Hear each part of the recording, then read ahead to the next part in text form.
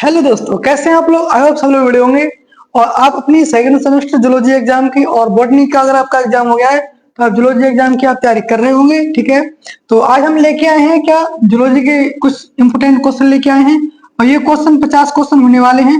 लगभग 50 क्वेश्चन होने वाले हैं क्योंकि आपको पता है मैं आपके लिए 50-50 क्वेश्चन की सीरीज करा रहा हूँ और आज ही हमारा डे 3 यानी यूनिट नंबर 3 है। यूनिट नंबर 3 से हम लगभग 50 क्वेश्चन लेके आए हैं, इंपोर्टेंट क्वेश्चन लेके आए हैं और ऐसे क्वेश्चन है जो आपके एग्जाम में हर साल आते हैं, आपको देखने को मिलते हैं। आप अगर अगर आपसे कोई बड़ा भाई बहन हो तो उससे पूछना, इस प्रकार के आपके लिए एग्जाम में जरूर से जरूर क्वेश्चन मिलते हैं और ये बहुविकल्पी के लिए भी क्वेश्चन होने वाले हैं। कोई भी यूनिवर्सिटी हो, हर यूनिवर्सिटी में जिस यूनिवर्सिटी में एमसीक्यू क्वेश्चन होते हैं उनके लिए ये बहुत ही मोस्ट इंपोर्टेंट क्वेश्चन होने वाले हैं। और बेसिकली अगर आप एमजेपी आर यूनिवर्सिटी में तो आपके लिए और ज्यादा अच्छे लेवल की एग्जाम, अच्छे लेवल के क्या है क्वेश्चन है। ठीक है, तो आज के हम कुछ क्वेश्चन है वो देखने वाले हैं। कौन कौन से क्वेश्चन है तो शुरुआत करते हैं आज का पहला क्वेश्चन।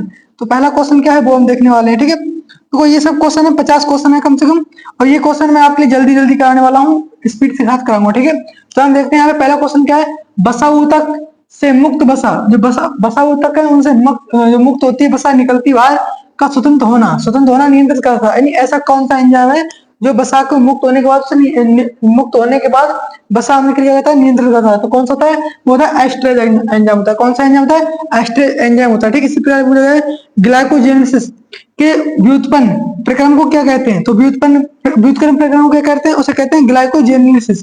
क्या कहते हैं? जो ग्लाइकोजेनेसिस है उसके व्युत्क्रम को कहते हैं ग्लाइकोजेनेसिस। ठीक है, ठीक है, उसके बाद देखते हैं अगला क्वेश्चन है। क्वेश्चन नंबर 3 है ग्लाइकोजन का ग्लूकोज में विखंडन। ग्लाइकोजन का ग्लूकोज में विखंडन क्या कहलाता है? तो क्या कहलाता है? वो कहलाता है ग्लाइकोजेनेसिस कहलाता है। क्या कहलाता है? ग्लाइकोजेनेसिस कहलाता है। ठीक है, इसका बात करते हैं अगले क्वेश्चन की। तो आगे इसमें क्वेश्चन दिया हुआ है कि कोशिका के किस भाग में ऑक्सीडेटिव फास्फोराइलेशन होता है। नहीं, कोशिका किस भाग में ऑक्सीडेटिव फास्फोराइलेशन होता है तो कौन सा भाग होता है? होता है माइटोकॉन्ड्रिया। क्या होता है? माइटोकॉन्ड्रिया एक ऐसा भाग है जहाँ क्या ये तो बहुत खड़ा माइटोकॉन्ड्रिया एक ऐसा भाग है जिसमें क्या होता है, जहाँ क्या होता है ऑक्सीडेटिव फास्फोराइलेशन होता है। ठीक है, अब बात करें तो क्वेश्चन नंबर आगे 5 की। क्वेश्चन नंबर 5 है शरीर में कार्बोहाइड्रेट उपापचय का नियंत्रण करता है। यानी शरीर के अंदर कार्बोहाइड्रेट का उपापचय का नियंत्रण कौन करता है? तो करता है इंसुलिन। कौन करता है? इंसुलिन करता है। कौन करता है? इंसुलिन करता है। ठीक है, अब बात करते हैं उपापचय क्रियाओं में उत्प्रेरक के रूप में, किसके रूप में? उत्प्रेरक के रूप में काम करने वाला पदार्थ कौन सा है? तो वो क्या है? वो एंजाइम्स होते हैं। क्या होते हैं? एंजाइम्स होते हैं जो शरीर के अंदर जो उपापचय क्रिया है उनको नियंत्रित करने का काम करते हैं। ठीक है, इसका बात करते हैं अगले क्वेश्चन की। आगे इसमें क्वेश्चन दिया गया है, आगे अगले क्वेश्चन इसमें 7 नंबर क्वेश्चन है कि निम्न में से इंजेक्शन के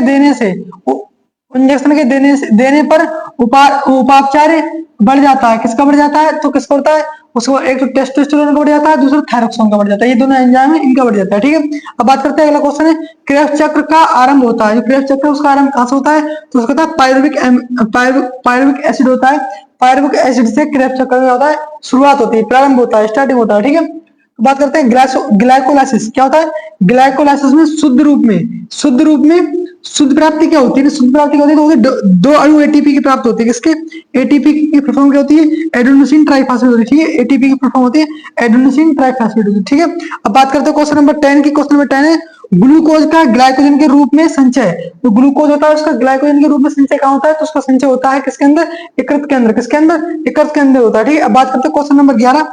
इसमें क्वेश्चन नंबर 11 दिया है कि जीवधारियों के शरीर में ऊर्जा की मुद्रा क्या होती है? ऊर्जा की मुद्रा क्या होती है? तो एटीपी होती है। क्या होती है? एटीपी होती है। ठीक है, आपको एक चीज वहां पर बता देता हूँ, आपके लिए जो आपकी यूनिट कितनी? 8 यूनिट है। कितनी यूनिट कितनी है? 8 यूनिट है और आपको 8 ही वीडियो दे रहा हूँ। ठीक है, 8 यूनिट है, 8 वीडियो दे रहा हूँ और 2 वीडियो आपको मिल रही है पेपर की। किसकी मिलेंगी? पेपर है आपका, उस पेपर की वीडियो मिलेंगी तो 8-10 वीडियो मिलेंगी आपके। तो 10 वीडियो आपको कहाँ मिलेंगी? प्लेलिस्ट मिल जाएगी आपके, एक प्लेलिस्ट मिलेगी। ठीक है, प्लेलिस्ट, ये प्लेलिस्ट मिल जाएगी आपके लिए। कहाँ में? डिस्क्रिप्शन के अंदर, डिस्क्रिप्शन में आपको लिंक मिलेगी, उस लिंक पे टिक करोगे और आपको प्लेलिस्ट मिल जाएगी। ठीक है, बाद से आप ये सब क्वेश्चन कंप्लीट कर सकते हैं। लगभग इनसे कितने 400 क्वेश्चन इनसे कंप्लीट हो गए हमारे और फिर 200 क्वेश्चन इनसे कंप्लीट हो जाएंगे। ठीक है, तो लगभग हमारे 600 कंप्लीट हो जाएंगे क्वेश्चन और 600 क्वेश्चन में से आपके 75 में से लगभग 75 नंबर आने के चांस आएंगे। ठीक है, 75 में से 75 नंबर आपके यहीं से फंसेंगे, ये बात की गारंटीड है। ठीक है, अब बात करते हैं क्वेश्चन नंबर आगे है क्वेश्चन नंबर 12 है, ठीक। क्वेश्चन नंबर 12 पूछा है निम्न में से कौन सा पदार्थ समान मात्रा में कार्बोहाइड्रेट की तुलना तुलना में दो गुने से अधिक ऊर्जा प्रदान करता है? तो क्या होता है? फैट। फैट एक ऐसा पदार्थ है जो कार्बोहाइड्रेट से ज्यादा मात्रा में ज्यादा ऊर्जा प्रदान करता है, ठीक है। अब बात करते हैं अगला क्वेश्चन, वसा अम्ल के ऑक्सीकरण की क्रियाविधि के अध्ययन से संबंधित है। यानी वसा के जो ऑक्सीकरण है, वसा का ऑक्सीकरण होता है, उसकी क्रियाविधि से संबंधित कौन कौन है? तो उसमें एक तो लाइनिन है और क्या है?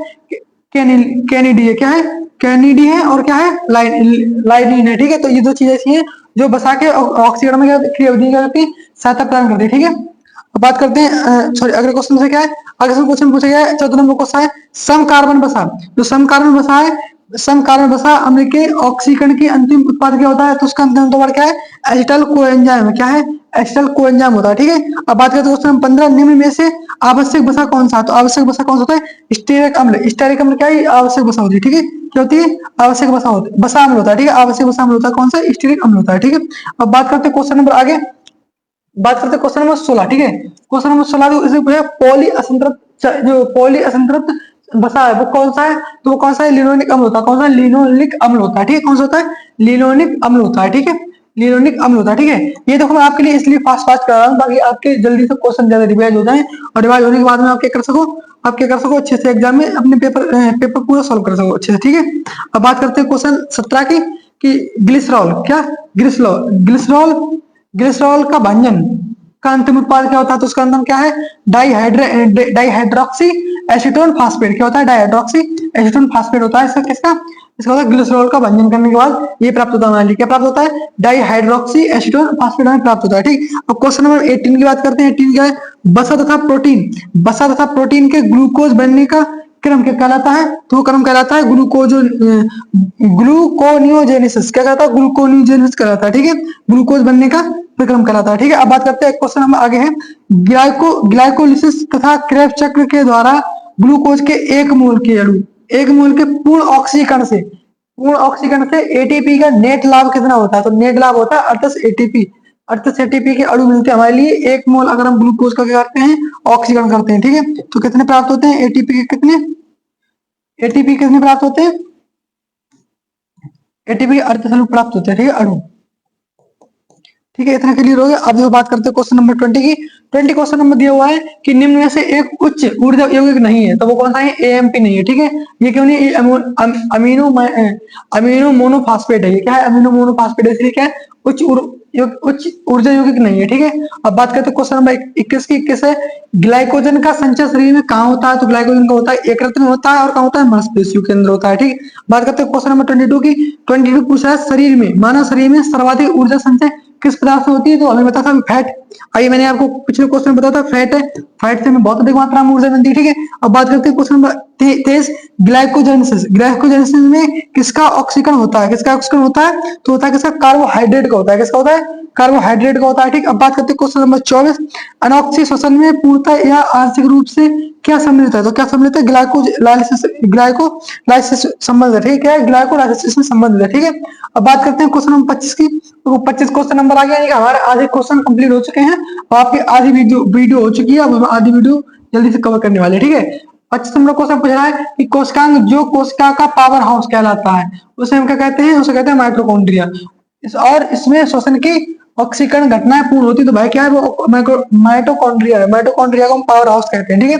किसका? सेल का पावर हाउस कहते हैं, ठीक। अब बात करते हैं अगला क्वेश्चन है ग्लाइकोजन भंडारण के लिए निम्नलिखित में से कौन सा प्रमुख स्थल है? तो अभी हम पढ़ चुके हैं मांसपेशी होती है और क्या होते हैं? यकृत होता है, ठीक है।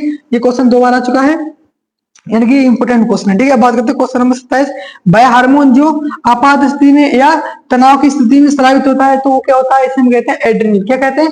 एड्रेनालिन कहते हैं, ठीक है। अब बात करते हैं क्वेश्चन नंबर 28 के। क्वेश्चन नंबर 28 है कि लिपिड का बनना और टूटना क्या कहलाता है? लिपिड का बनना और टूटना क्या कहलाता है? तो कहलाता है लिपिड का चयापचय। क्या कहलाता है? चयापचय, ठीक है। लिपिड का क्या कहलाता है? चयापचय कहलाता है, ठीक है। बात करते हैं क्वेश्चन नंबर 29 की। क्वेश्चन नंबर 29 में पूछा गया है ऑक्सी और अनऑक्सी श्वसन के समान भाग है। समान भाग वो क्या है? वो है ग्लाइकोलाइसिस। क्या है? ग्लाइकोलाइसिस ऑक्सी और अनऑक्सी के श्वसन के समान भाग है, ठीक है। अब बात करते हैं क्वेश्चन नंबर 30 की। 30 क्वेश्चन पूछा है अनऑक्सी श्वसन में शर्करा के अपूर्ण विघटन से क्या क्या क्या होता है? अपूर्ण विघटन होता है तो क्या होता है? अल्कोहल प्राप्त होती है, कार्बन डाइऑक्साइड प्राप्त होती है। हमें दो चीज प्राप्त होती है, अल्कोहल और कार्बन डाइऑक्साइड प्राप्त होती है। कब? जब अनोखा श्वसन होता है किसका? शर्करा का, यानी कि किण्वन होता है। हम कहते हैं जब किण्वन होता है तो क्या क्या प्राप्त होता है? तो अल्कोहल और कार्बन डाइऑक्साइड में प्राप्त होती है। ठीक, अब बात करते हैं क्रेब्स चक्र की। तो क्रेब्स चक्र से क्या संश्लेषित होता है? तो क्या होता है संश्लेषित? वो होता है फ्यूमिक एसिड। कौन सा? फ्यूमिक एसिड प्राप्त होता है कैसे? क्रेब्स चक्र से। ठीक है, अब बात करते हैं क्वेश्चन नंबर 32।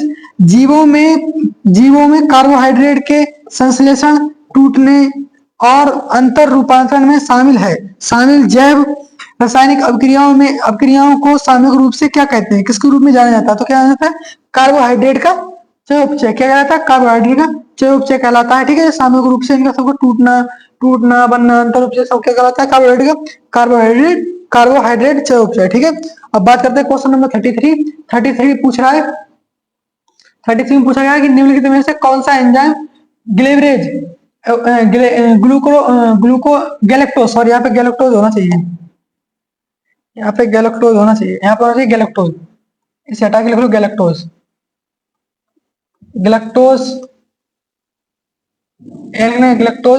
गैलेक्टोज चयापचय में शामिल नहीं है, तो कौन सा नहीं है? जो इसमें कौन सा, चार ऑप्शन दिए, चार ऑप्शन कौन सा नहीं था? ग्लूकोकाइनेज नहीं था। ठीक है, तो ये गैलेक्टोज अलग है और ग्लूकोकाइनेज अलग है। ठीक है, अब बात करते हैं क्वेश्चन नंबर 34। ये पूछा है किसमें निम्नलिखित में से किस एंजाइम की कमी से हीमोलिटिक एनीमिया होता है? तो किस एंजाइम की? पायरुवेट काइनेज एंजाइम है। ठीक है, कौन सा? पायरुवेट काइनेज एंजाइम है। इसकी कमी के कारण क्या होता है? हमें हीमोलिटिक एनीमिया हो जाता है। ठीक है, यहाँ तक होगा क्लियर। अब जो बात करते हैं क्वेश्चन नंबर 35 की, निम्नलिखित में से कौन सा ट्राई कार्बोक्सिलिक अम्ल है? इनमें से कौन सा एंजाइम, कौन सा अम्ल है ट्राई कार्बोक्सिलिक है? तो कौन सा है? वो है साइट्रिक एसिड। कौन सा है? साइट्रिक एसिड कौन सा है? ये कौन सा? कार्बोक्सिलिक अम्ल है। ठीक है, अब बात करते हैं क्वेश्चन नंबर 36 की। 36 पूछ रहा है कि सिट्रिक एसिड चक्र को कहा जाता है, क्या कहते हैं? क्रेब्स चक्र भी कहते हैं, टीसी चक्र भी कहते हैं। ठीक है, यानी सिट्रिक अम्ल के चक्र को हम क्या कहते हैं? क्रेब्स चक्र और टीसी चक्र दोनों कहते हैं। ठीक, अब बात करते हैं क्वेश्चन नंबर 37। ग्लूकोज के पायरुवेट में परिवर्तन के दौरान एटीपी का शुद्ध लाभ कितना होता है? तो कितना होता है? तो होता है 2 एटीपी होता है। हम ये पढ़ चुके हैं पहले भी। ठीक, क्वेश्चन नंबर 38 पूछ रहा है एक वैज्ञानिक जिसने पता लगाया कि ग्लूकोज में ऑक्सीशोषण द्वारा ऊर्जा कैसे मुक्त होती है, तो किसने बताया था? क्रेब्स एक वैज्ञानिक थे, उन्होंने बताया था ये सब के ग्लूकोज से ऑक्सीजन के दौरान ऊर्जा कैसे मुक्त होती है। ठीक है, अब बात करते हैं क्वेश्चन नंबर 39। क्वेश्चन नंबर 39 है एचएमपी शंट किस प्रकार के चयापचय के लिए आवश्यक है? तो किस प्रकार के? कार्बोहाइड्रेट चयापचय के लिए क्या है ये आवश्यक है। ठीक है, क्या एचएमपी शंट किसके लिए है? एचएमपी शंट किसके लिए है? एचएमपी शंट किसके लिए? चयापचय किसका? कार्बोहाइड्रेट का। ठीक है, अब बात करते हैं क्वेश्चन नंबर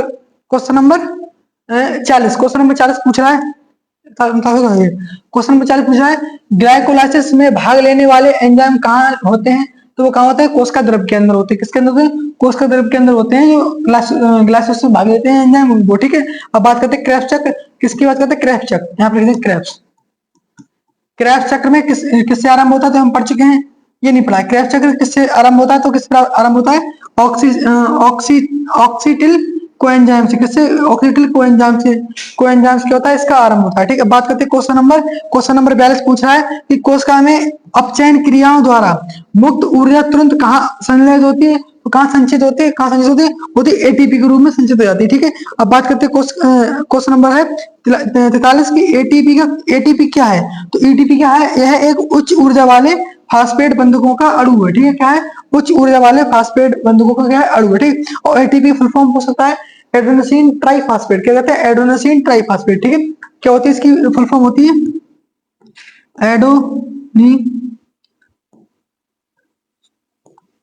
एड्रेनासीन ट्राइफॉस्फेट।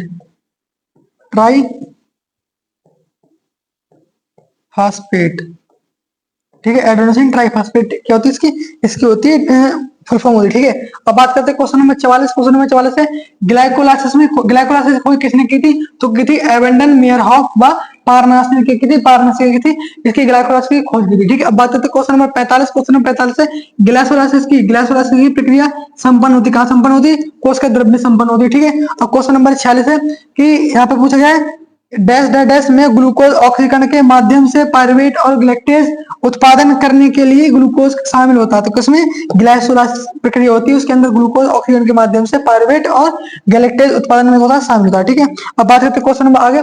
तो अब कोई क्वेश्चन आगे बचे नहीं, यानी कि इतने क्वेश्चन थे इसमें। कितने क्वेश्चन? 46 क्वेश्चन थे। ठीक है, इसमें कितने थे? 46 क्वेश्चन थे। ये कर लेना कंप्लीट, और आप इस चैनल को सब्सक्राइब कर लें। मिलते हैं नेक्स्ट वीडियो में। ये आपके लिए बहुत ही इंपॉर्टेंट क्वेश्चन है, आप इनके लिए अच्छे से याद करके जाएं या फिर रिवीजन करके जाएं, ताकि आपका एग्जाम अच्छे से हो सके और आप सेकंड सेमेस्टर में आपकी बैक ना लगे। मिलते हैं किसी नेक्स्ट वीडियो में, तब तक के लिए धन्यवाद।